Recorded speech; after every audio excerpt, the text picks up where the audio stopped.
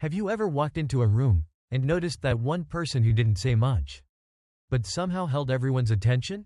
They weren't the loudest, they weren't the most dressed up, they weren't trying to steal the spotlight.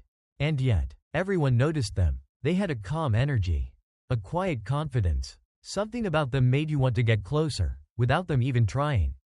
That's not luck, that's not charm, that's silent attractiveness. We've been told attraction is about looks, charisma, or boldness. But what if the most powerful kind of presence is the one that says nothing at all? In a world where everyone's trying to be heard, shouting on social media, oversharing in conversation, fighting for attention, there's a different kind of magnetism. It doesn't raise its voice. It doesn't beg to be noticed. It simply is. It's the kind of energy that makes people lean in, not because you ask them to, but because they feel something in your presence. This is attraction born from composure, from grounded habits, from a deep understanding of yourself. It's quiet, it's intentional, and it leaves an unforgettable mark. What if I told you that you don't need to change who you are, you just need to align with the best version of you? Silently and consistently? Becoming silently attractive doesn't mean you have to become someone else. It doesn't mean you need a makeover, a new wardrobe, or a rehearsed personality. It means developing small, intentional habits that speak louder than words, habits rooted in self-respect, emotional awareness, and the ability to move through the world with quiet strength. No grand gestures, no attention-seeking, just subtle, refined behavior that earns admiration without asking for it. Because here's the truth. Real attractiveness isn't something you perform. It's something you embody. You don't have to talk the loudest to be remembered. You don't have to compete for attention to be valued. You just have to cultivate the kind of presence that makes people feel something when you enter the room, and feel your absence when you leave. And the good news? You can start today, right now, by choosing to show up as someone who's grounded, composed, and deeply intentional. In this video, we'll explore 11 quietly powerful habits that make you silently magnetic. The kind of habits that don't just change how others see you, but how you see yourself. These are timeless, practical habits rooted in Stoic philosophy, designed not to help you stand out by being louder, but to help you stand out by being still. So, are you ready? Let's begin with habit number 1. Embrace your authentic independence, because the moment you stop needing validation is the moment people start noticing you. 1. Embrace your authentic independence. There comes a point in everyone's life when we realize, no matter how many people applaud us, follow us, or validate us, if we haven't accepted ourselves, none of it really matters. You can be surrounded by praise, likes, and admiration, and still feel hollow if you're constantly performing for approval. That's where the journey to authentic independence begins, not in the noise, but in the quiet understanding that you are enough even when no one's watching. Imagine a hiker setting off alone at dawn. The forest still blanketed in fog. No audience, no cheers, just the crunch of leaves beneath their boots and the sound of their breath in the cool morning air. That's what true independence feels like, walking your own path. Not because others paved it for you, but because it aligns with your own internal compass. Embracing your authentic independence starts with one radical idea. You don't need anyone else to confirm your worth. Not your partner, not your parents, not your boss, your followers, or your social circle. Sure, it feels good to be appreciated, but your core value doesn't rise and fall based on someone else's opinion. When you stop chasing approval and start following your own values, something powerful happens: clarity. Decisions become simpler. You're no longer weighing every step based on how it will be perceived. You start to ask different questions. Is this right for me? Does this reflect who I really am? Will I be at peace with myself if I choose this? That clarity is the foundation of self-respect. And with it comes an unexpected reward: peace in solitude. Think about it. How often do we rush to fill silence with distraction? We scroll through feeds, we text, we binge, all to avoid being alone with ourselves. But the Stoics taught that solitude is not a punishment, it's a privilege. It's in solitude that we meet ourselves most honestly. When you're truly independent, being alone doesn't mean being lonely. In fact, it's in those quiet moments, reading a book with a cup of coffee, walking without a destination, sitting in your room reflecting on the day, when you discover your own rhythm, your own needs, your own truths. And once you become comfortable in that space, no one can take it away from you. But here's the most misunderstood part. Independence doesn't mean isolation.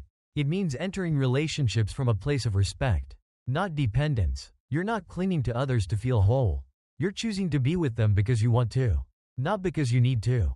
That changes everything. When we relate to others from a place of inner strength, we create deeper, healthier bonds. There's no manipulation, no guilt tripping, no expectations masked as affection. Just two people, choosing each other, freely and fully. That's respect. That's love rooted in freedom, not fear. So how do we practice this kind of independence in everyday life? Start small. When faced with a decision, pause and ask yourself, am I doing this because it aligns with my values? Or because I'm trying to please someone? Notice your emotional reactions when you're alone. Do you reach for your phone out of boredom or out of discomfort?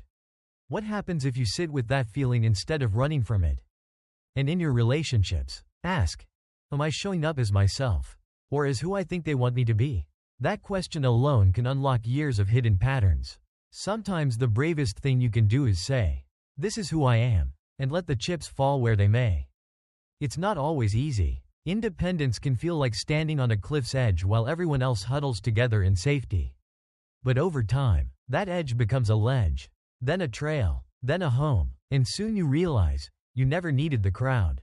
You just needed you. Because when you truly embrace your authentic independence, you carry your sense of worth with you. Wherever you go, you become your own safe space, your own biggest fan, your own source of truth. And from that place of wholeness, everything else, connection, purpose, joy, flows naturally. After all, as the Stoics might remind us, no one can steal what is already rooted inside of you. So if you've ever felt the need to shrink yourself to fit into someone else's mold, or if you've caught yourself asking, am I good enough? This is your invitation to stop, look inward, and realize, you always have been. And with that grounded sense of self, we move forward, because once we've built that inner foundation, the next step is just as vital, learning how to truly live each day with intention. Coming up next, how purposeful daily actions transform our mindset and fuel long-term happiness. 2. Master the art of silent elegance. Have you ever met someone who didn't have to say much, but still left a lasting impression? The kind of person who walks into a room without fanfare, yet somehow shifts the entire energy. They don't demand attention, they don't chase the spotlight, but somehow, everyone notices. That, right there, is silent elegance. It's not about being cold or aloof. It's not about staying quiet for the sake of being invisible. No, this is a deliberate kind of presence. One that communicates confidence, calm, and clarity without a single word. It's the subtle art of saying, I know who I am. Not through noise, but through poise. Silent elegance begins with attitude. Not the loud, in-your-face kind, but the grounded kind. The kind that shows up in your posture, in how you hold your head, in the pace of your movements. A slow, deliberate gesture speaks volumes more than a rushed explanation ever could. And sometimes, it's just a glance, a steady gaze that says, I'm aware, I'm here, I'm unshaken. Think of a person sitting in a meeting where tensions are rising. Voices are raised, tempers flare, but they stay calm. Their hands don't fidget, their breathing remains steady. When they finally speak, they do so slowly, with intention. That's not weakness, that's power under control. That's mastery in action. Because true strength doesn't always need to prove itself. And there's something disarmingly attractive about someone who doesn't need to over-explain, overshare, or overreact. Someone who lets their presence speak for them. Their demeanor becomes their message. And that message is one of self-respect, clarity, and quiet authority. But let's be honest, it's not easy to maintain composure in high-pressure moments. It takes discipline. It takes emotional intelligence. It takes an understanding that not every battle is worth fighting out loud. Sometimes, the most elegant response is silence.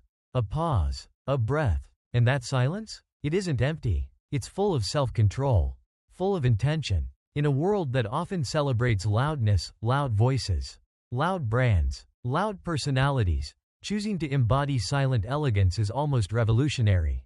It's a way of saying, I don't need to shout to be heard. I don't need to dominate to be respected. And part of that elegance is expressed through how we treat others. There's nothing louder than kindness delivered with grace. A well-timed, please, or thank you. Holding the door open without expecting praise. Making eye contact that says, I see you, instead of, I'm evaluating you. These small, refined gestures tell people they matter, and that you respect both yourself and them. Because elegance is never just about the external. It's not just the outfit you wear or the way you move your hands. It's about intention, awareness, presence. It's the ability to remain composed when others lose theirs. To rise above drama without arrogance. To keep your center when chaos threatens to pull you off balance. Silent elegance is restraint in a world obsessed with reaction. It's measured words in a culture of hot takes. It's stillness when everyone else is spinning. And you know what? People feel it, whether they can name it or not. They feel the steadiness. They feel the thoughtfulness. They feel the respect. And they remember it, because it's rare. So how do we cultivate this kind of presence? We start by slowing down, paying attention to our body language, practicing listening more than we speak, learning to read the room, regulating our reactions when we feel triggered, replacing snap judgments with quiet observation, and above all, choosing dignity over drama. You don't need to be a monk or a model to embody silent elegance. You just need to become more intentional with your energy, your choices, your responses. And with time, you'll notice something interesting. You won't feel the need to fill every silence or win every argument. You'll stop reacting to provocation. You'll walk differently, speak differently. People will begin to lean in, not because you're louder, but because you're grounded. They'll wonder, what's their secret? And the answer, of course, will be, you've mastered the art of quiet strength. Now, with that grounded grace as your foundation, let's take one step further. Because beyond silent elegance lies something even more transformative. The subtle power of scent. How the right fragrance can express refinement without words. Let's explore that. Next. 3. The subtle scent of sophistication. You can't see it, you can't touch it, but the moment it arrives, it captivates. It lingers, long after the person has walked away. And sometimes, before a single word is spoken, it whispers something about who they are.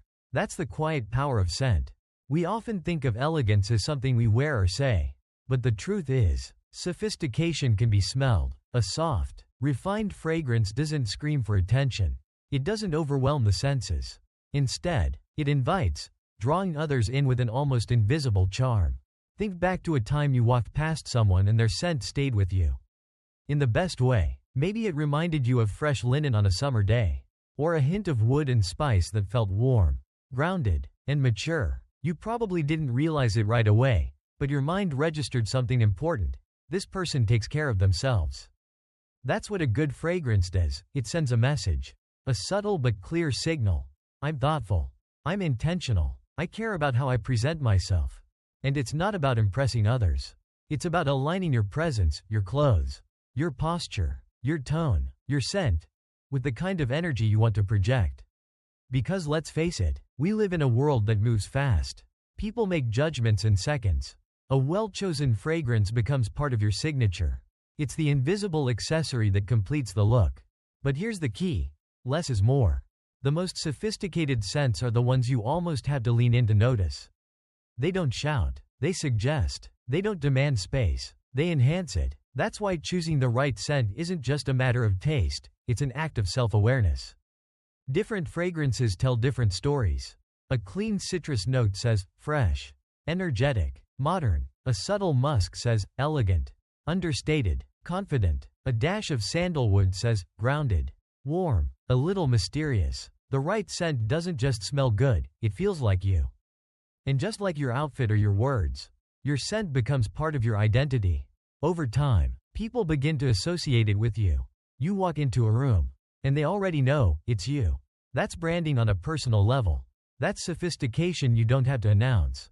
But even more important than how others perceive you, is how you feel. Have you ever caught a whiff of your own cologne or perfume at just the right moment? Maybe before a big meeting or walking into a date, and suddenly stood a little taller. That little boost? That's confidence born from intention. Because wearing a good fragrance isn't just about the nose. It's about mindset. It's a ritual of care. A reminder each morning that you're worth the extra minute. That self-respect shows up in the details. It says, I care enough to be clean. I care enough to be consistent. I care enough to be subtle, not showy. And those details matter more than we think. A well-kept appearance, a crisp shirt, clean shoes, And yes, a soft, lingering scent. These things, combined, tell a story of someone who values themselves, someone who respects the moment, someone who brings presence, not pressure. And the best part? You don't need the most expensive bottle on the shelf. You just need one that resonates with you. One that complements your style and lifts your energy. One that becomes part of the silent message you send the world each day. Because in the end, true sophistication doesn't beg for attention. It earns it, quietly, gracefully, with every understated detail. Like the perfect scent, it moves through the world without noise but leaves a trace that's impossible to ignore. And once you've mastered that, once your presence is polished from the inside out, from posture to perfume, there's one more subtle but powerful shift to explore. Being fully present with the people in front of you. Because elegance is not just about how we carry ourselves, it's also about how we show up for others. Let's talk about that next.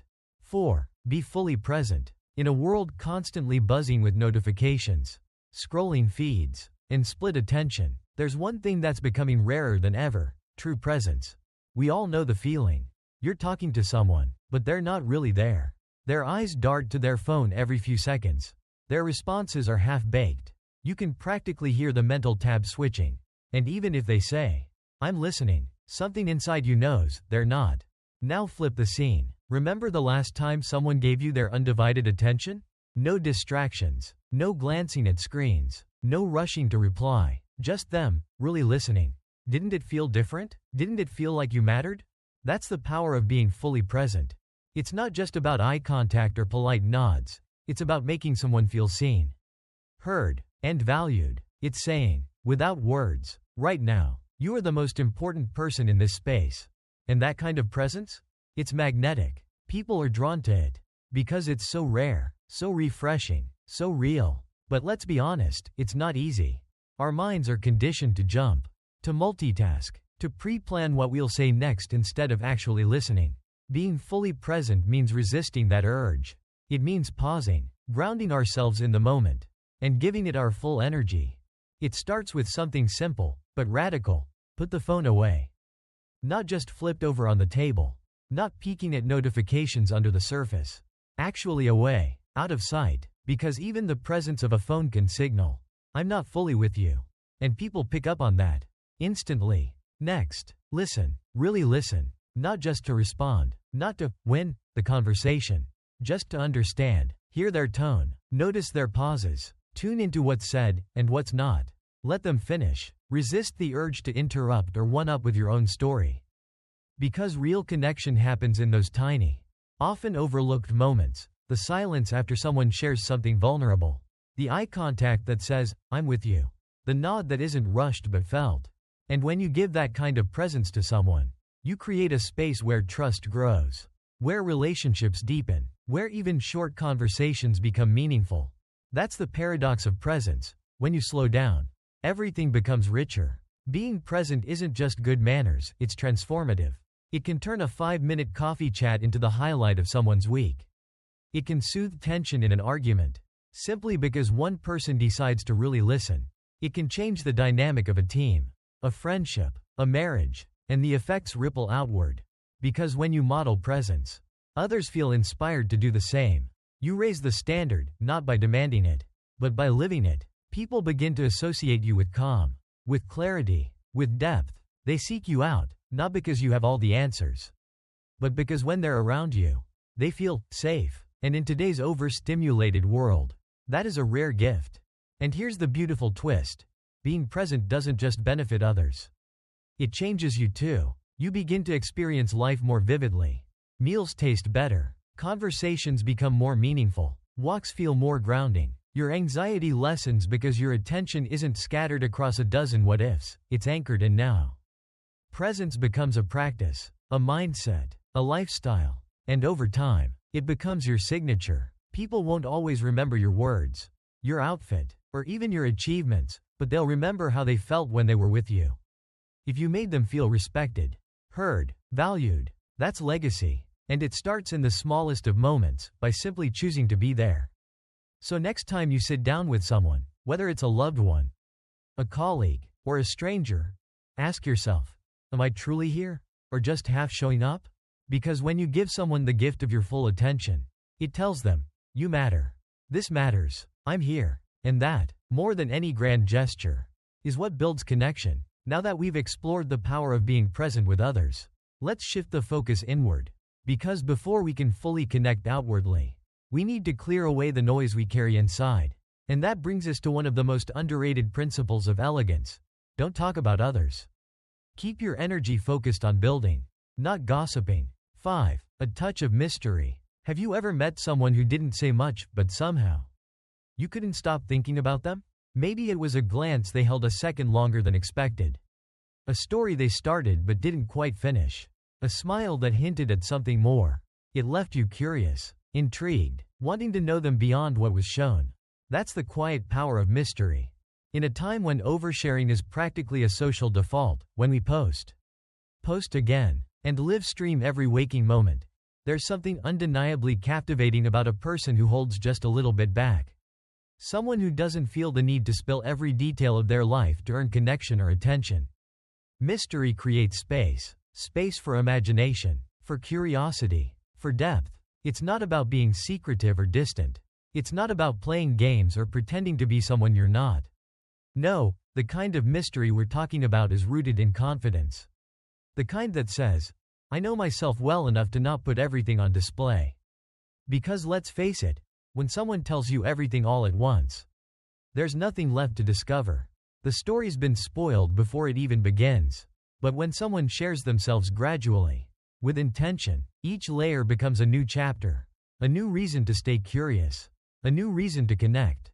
And here's the truth. People are naturally drawn to what they don't fully understand. That little sliver of the unknown? It sparks interest. It creates pull. It says, there's more here, but only if you're willing to look deeper. That's why knowing what to share, and when to stay silent, is such an art. Think about a great book or movie. The best ones don't throw all the answers at you in the first 5 minutes. They build intrigue. They reveal things piece by piece. They let the tension grow naturally. That pacing, that restraint, it's what keeps you invested. The same principle applies to real life. You don't need to explain every thought that crosses your mind. You don't have to post every moment you experience. And you certainly don't have to announce every move you make. Sometimes, the most powerful thing you can do is say less. Let your actions speak. Let your presence say enough. Let your silence invite curiosity. And here's the secret bonus. Mystery doesn't just make you more interesting, it makes you feel more in control. When you don't rush to fill every silence or reveal every thought, you become more grounded. You stop seeking validation through disclosure. You start protecting your energy. You realize, I don't owe everyone access to every part of me.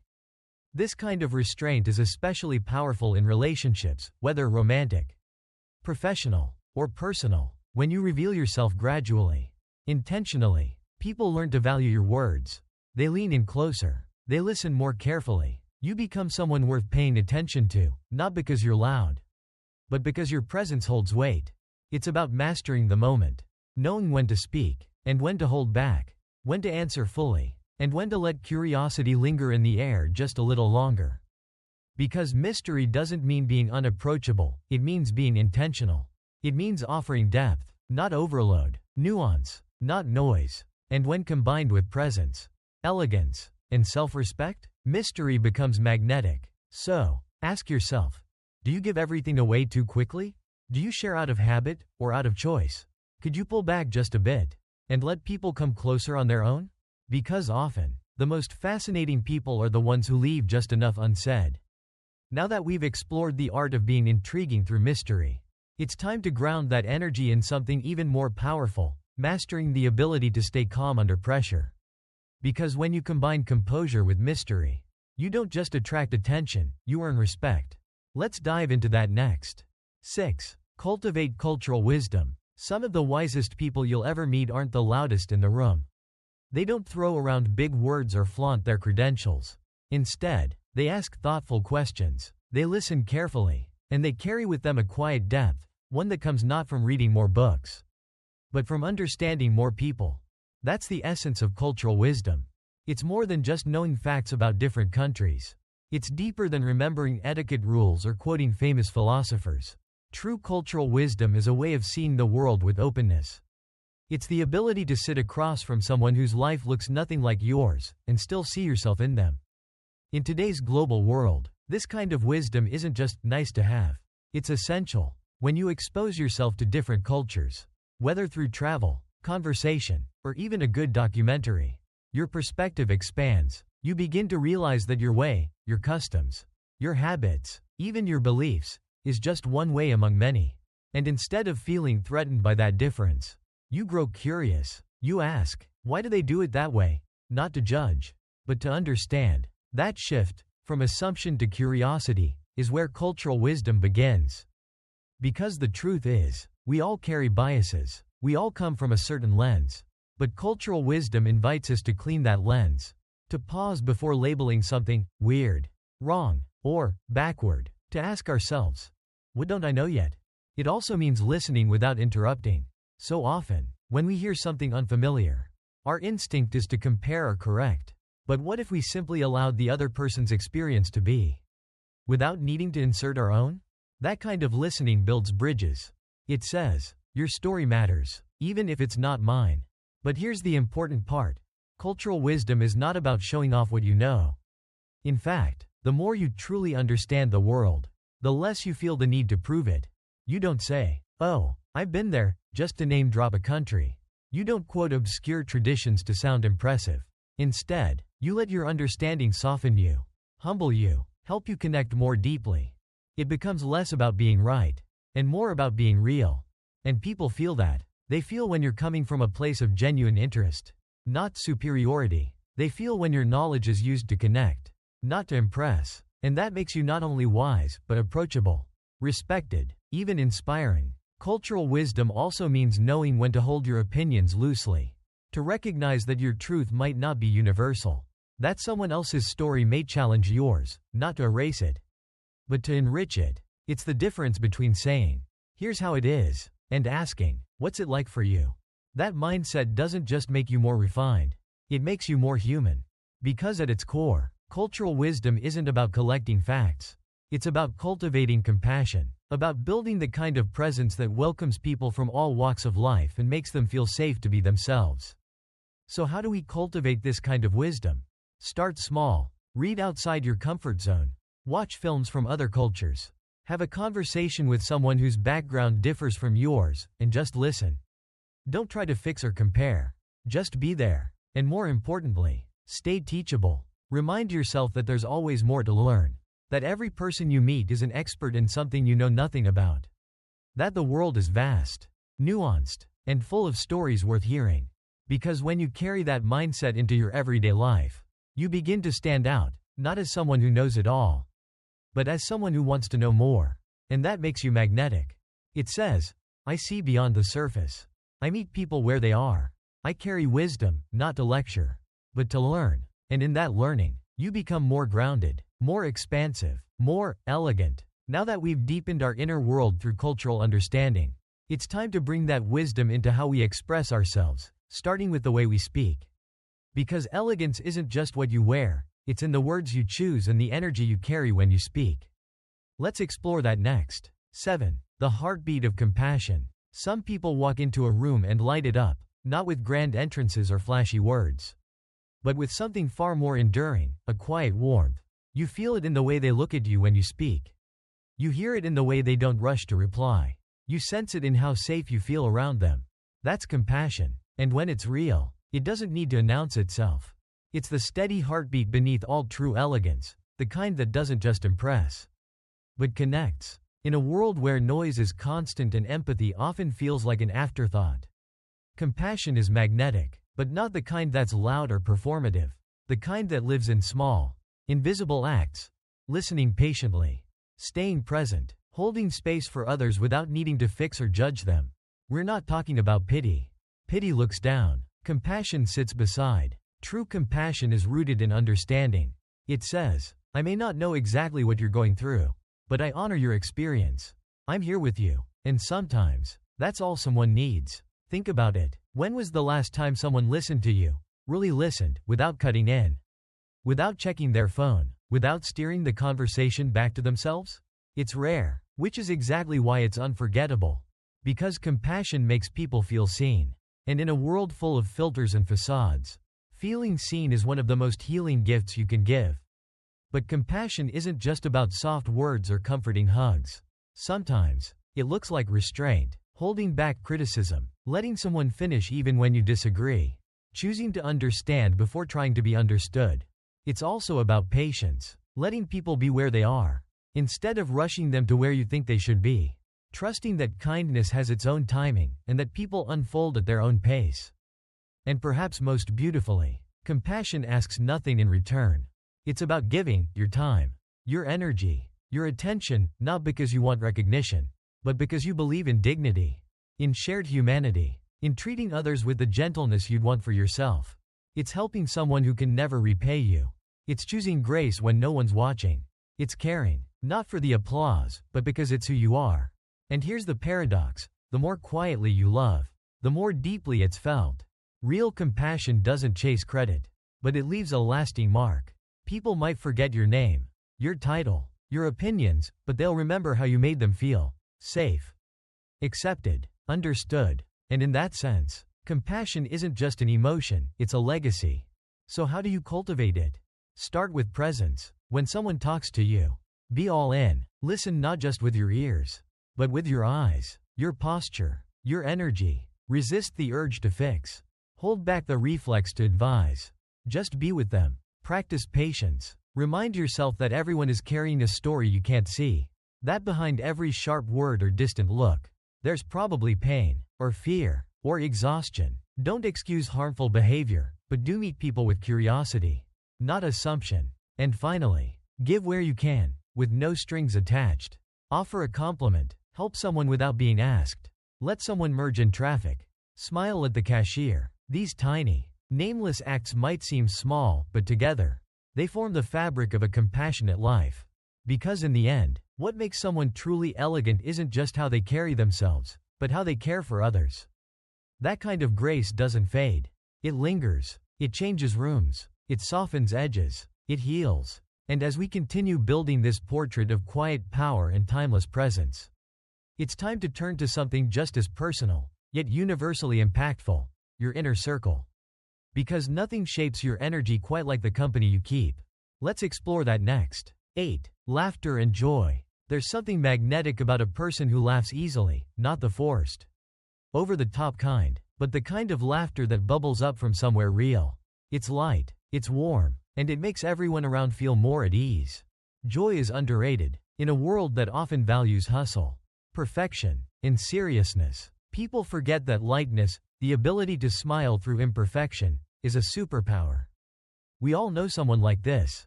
They don't take themselves too seriously. They can laugh at a harmless mistake, shrug off awkward moments, and turn a bad day into a good story. These people aren't naive, they're wise, because they understand that carrying everything too heavily only weighs you down and others. 2.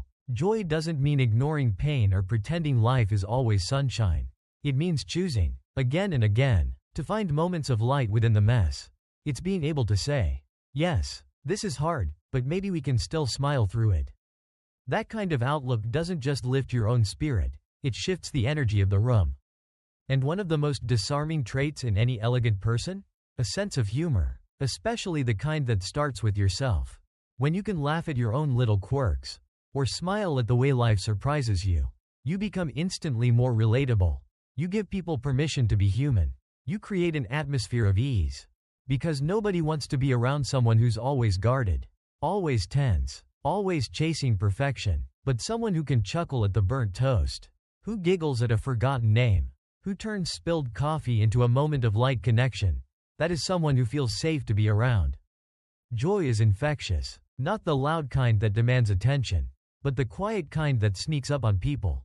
It's the crinkle in your eyes when you smile, the relaxed shoulders in a heavy conversation, the light comment that eases tension at just the right time. It's an energy, a softness, a signal that says, hey, it's okay, we don't have to be perfect right now. We can just be. And perhaps what's most beautiful about joy is that it often emerges in contrast to pain. People who've been through things, who've sat with grief, disappointment, failure, and still choose to laugh, they carry a depth that others can feel. Because that kind of joy isn't surface level. It's rooted, grounded, real. It says, life has tried to shake me, but I'm still here. And I still choose to smile. So how do we nurture this kind of joy? Start by noticing. Look for little moments that might otherwise pass you by, the ridiculousness of a situation, the humor in your own expectations, the kindness in a stranger's small gesture. When you train your mind to look for the light, you begin to find it everywhere. And give yourself permission to be playful. Dance in the kitchen, tell a dumb joke, watch that movie that always makes you laugh, even if it's a little silly. Let go of the idea that being elegant means being serious all the time. The most elegant people know how to balance grace with laughter. Also, surround yourself with people who make you laugh, not at the expense of others, but with kindness and lightness. Joy is easier to access when it's shared. And above all, remember this. Joy is not a distraction from depth. It's a doorway to it. People who carry true joy aren't shallow. They're resilient. They've learned to bring light into dark rooms. And that makes them unforgettable. Because when you're joyful, you're approachable. When you can laugh with life, not at it, you become the kind of person others feel safe being real around. And that's powerful. So don't hide your smile. Don't hold back your laugh. Let it ripple out. Let it soften the edges of a hard day. Let it remind others, and yourself, that even in uncertainty, there's still space for joy. And now that we've grounded ourselves in laughter and lightness, it's time to explore something even deeper. The elegance of choosing your words well. Because true refinement lives not just in what you say, but how you say it. Let's move into that next. 9. The art of self-care. There's something quietly powerful about a person who takes care of themselves, not in a loud, showy way, but in the calm confidence of someone who knows their worth. You see it in the way they walk, steady, grounded. You hear it in their voice, unrushed, clear. You feel it in their energy, centered, composed. They don't have to tell you they respect themselves. You can feel it. That's the art of self-care. And no, it's not just bubble baths and spa days, though those can be lovely. 2. True self-care is an act of self-respect. It's how you tell yourself, I matter. My needs matter. My well-being is worth protecting. In a culture that often praises overwork and glorifies exhaustion, choosing to care for yourself is both radical and essential. Because how can you show up fully for your relationships, your passions, your purpose, if you're constantly running on empty? Self-care starts with the basics, your physical health, moving your body, nourishing it, resting it, drinking water, getting sunlight. These aren't luxuries, they're foundations. And the most elegant people understand that grace begins in the body. You can't feel calm on the outside if you're burning out on the inside. But just as important, maybe even more so, is caring for your mind and heart. That means taking time to check in with yourself. How are you feeling, really? What's weighing on you? What needs attention that you've been brushing aside? Mental and emotional care looks like journaling, meditating, talking to someone you trust, taking a break from social media, saying no when something drains you, even if it's uncomfortable. Because here's the truth. Setting boundaries is one of the highest forms of self-care. Not because you're selfish, but because you understand your limits. You know that constantly saying yes to others while saying no to yourself leads to resentment, burnout, and imbalance. And that's not sustainable. That's not love. That's self-neglect wearing a polite mask. Learning to say no clearly and kindly is an art, and once you master it, your life changes. You begin to feel lighter, more in control. You stop overcommitting. You stop shrinking yourself to accommodate everyone else's needs. And in that space, something beautiful happens. You start expanding into who you really are. And here's the magic of it all. When you take care of yourself well, you radiate something that no outfit or status can replicate. You don't have to announce your worth. It shows up in your stillness, in your posture, in the way you carry yourself through a room, not trying to impress. Just being. That kind of presence is unforgettable. Because when you feel whole, you stop chasing attention. You become the kind of person others feel drawn to, not out of curiosity, but out of admiration. So how do you practice this kind of self-care? You start by asking, what do I need today? Truly? And then, you honor that answer. Maybe it's rest. Maybe it's movement. Maybe it's solitude. Maybe it's connection. You learn to tune in, to trust your own signals. And you stop waiting for permission to put yourself first. Because the truth is, you can't pour from an empty cup. And self-care isn't indulgence, it's maintenance. It's how you keep your soul polished, your heart soft, and your energy aligned. And here's something else. The more consistently you care for yourself, the less reactive you become. You stop snapping at small things. You recover faster from stress. You hold better conversations. You make clearer decisions. You become unshakable. And from that grounded space, you become a light for others, not by sacrificing yourself, but by showing them what it looks like to live with balance.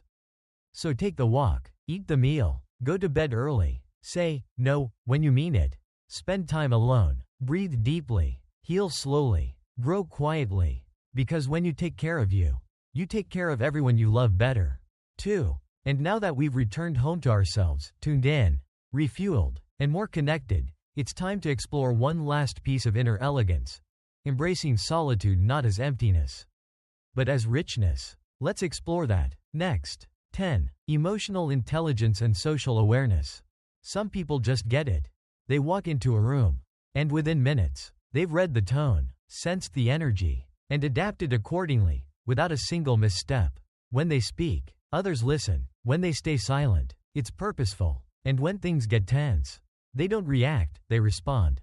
That's not luck. That's emotional intelligence paired with social awareness, a quiet, elegant superpower that elevates everything you do. At its core, emotional intelligence is the ability to understand and manage your own emotions while also recognizing and responding to the emotions of others.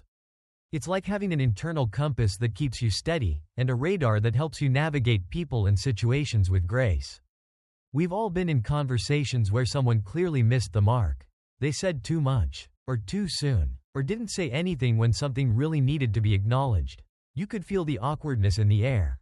Now contrast that with someone who knows when to speak and when to pause. Who can sense when someone's feeling off, even if they're smiling? Who reads the room not just with their eyes, but with their heart? That's emotional intelligence in action. And the beauty of it? You don't have to be born with it. It's a skill, and like any skill, it can be developed. It starts with self-awareness. Taking a beat before you respond. Checking in with what you're feeling, and why. Are you irritated because of what someone said? Or because you're tired and overwhelmed? Are you reacting out of ego, or responding with clarity? That pause, just a breath or two, can change the entire trajectory of a conversation. It's the difference between escalating tension and de-escalating it, between making someone feel heard or dismissed. Next comes empathy, the ability to feel what others might be feeling, even if they're not saying it out loud. It's tuning into body language, tone, pace. It's noticing the little cues, the change in posture, the shift in eye contact, the silence that speaks volumes. Empathy doesn't mean fixing or solving, it means being attuned. And sometimes, that's all someone needs. Then there's social awareness, the skill of reading context. Understanding what's appropriate in one room may not work in another. It's knowing how to adjust your energy, your tone, your language based on who you're with and where you are. It's not about being fake. It's about being adaptable, respectful, in tune with the moment. Because what works in a heart-to-heart with a friend doesn't always work in a business meeting. And what feels natural at a dinner party might fall flat in a solemn conversation. Elegant people move between these spaces with ease, not because they're rehearsed, but because they're present and paying attention. And part of that elegance? Knowing when not to speak.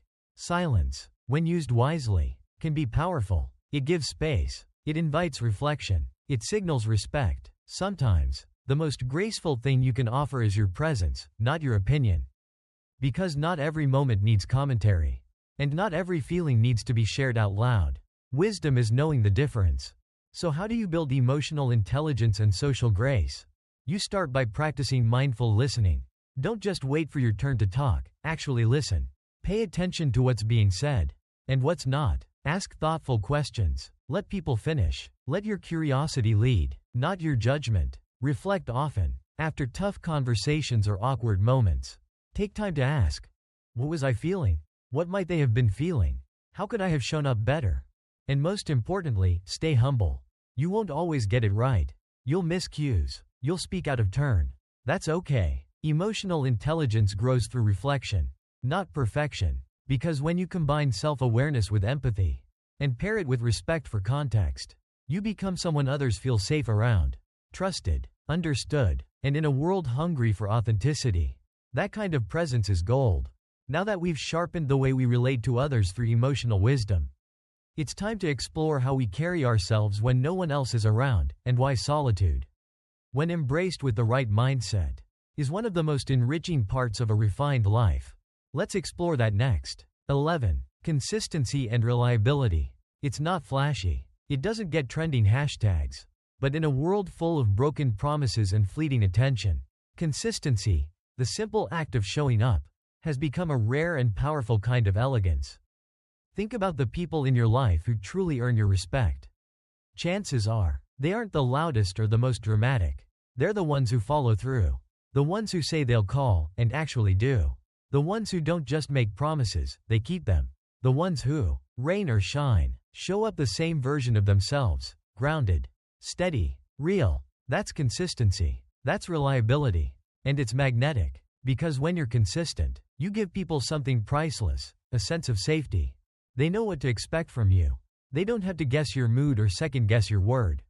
Whether it's a deadline, a dinner date, or a difficult conversation, you show up with the same energy, calm, dependable, thoughtful, and over time, that becomes trust. Because trust isn't built in grand gestures. It's built in the everyday moments.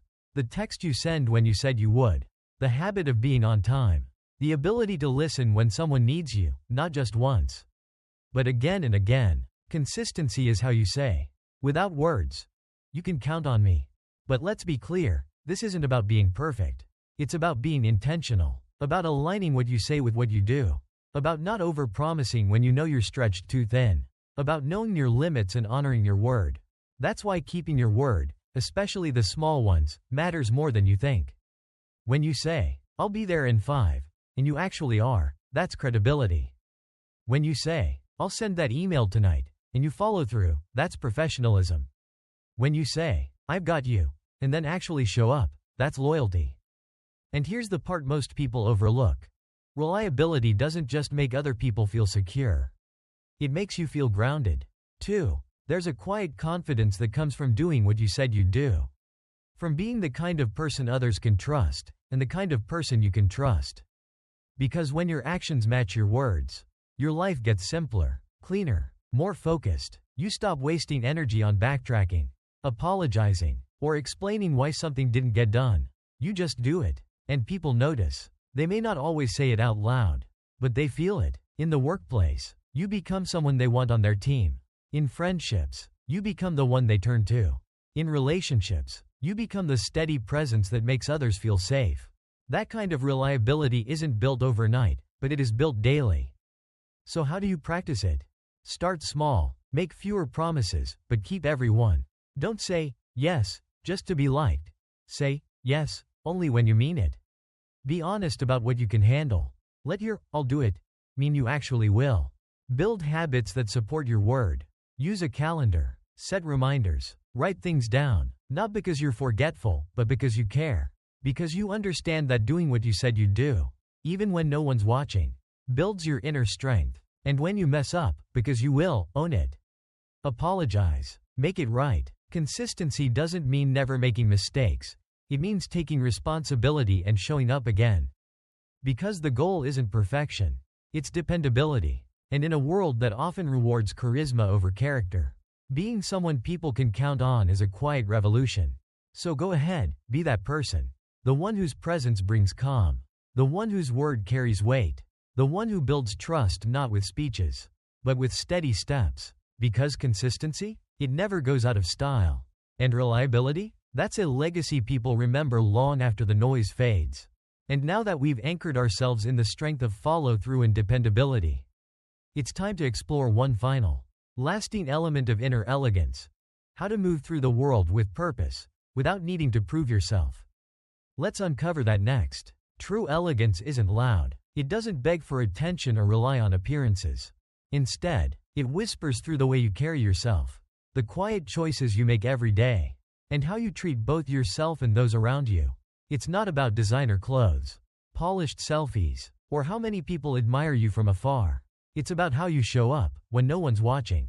The most magnetic people aren't necessarily the most attractive, outgoing, or accomplished. They're the ones who live with intention, who speak with care, who listen deeply, who create calm instead of chaos. Their presence feels steady, their words are measured, their energy doesn't fluctuate with every mood or trend. And when you're around them, you feel it, a quiet strength, a grounded clarity, a deep sense of respect. Because at the heart of it all, true charm isn't performance, it's character. It's built in the way you honor your own needs without neglecting others. The way you hold boundaries without pushing people away. The way you laugh, forgive, stay curious, and choose kindness, again and again. This kind of beauty can't be faked or forced. It grows from within. So if you want to become truly captivating, don't just work on how you look. Work on how you live. Cultivate grace, embrace calm, and let your presence be the loudest thing in the room, even when you say nothing at all.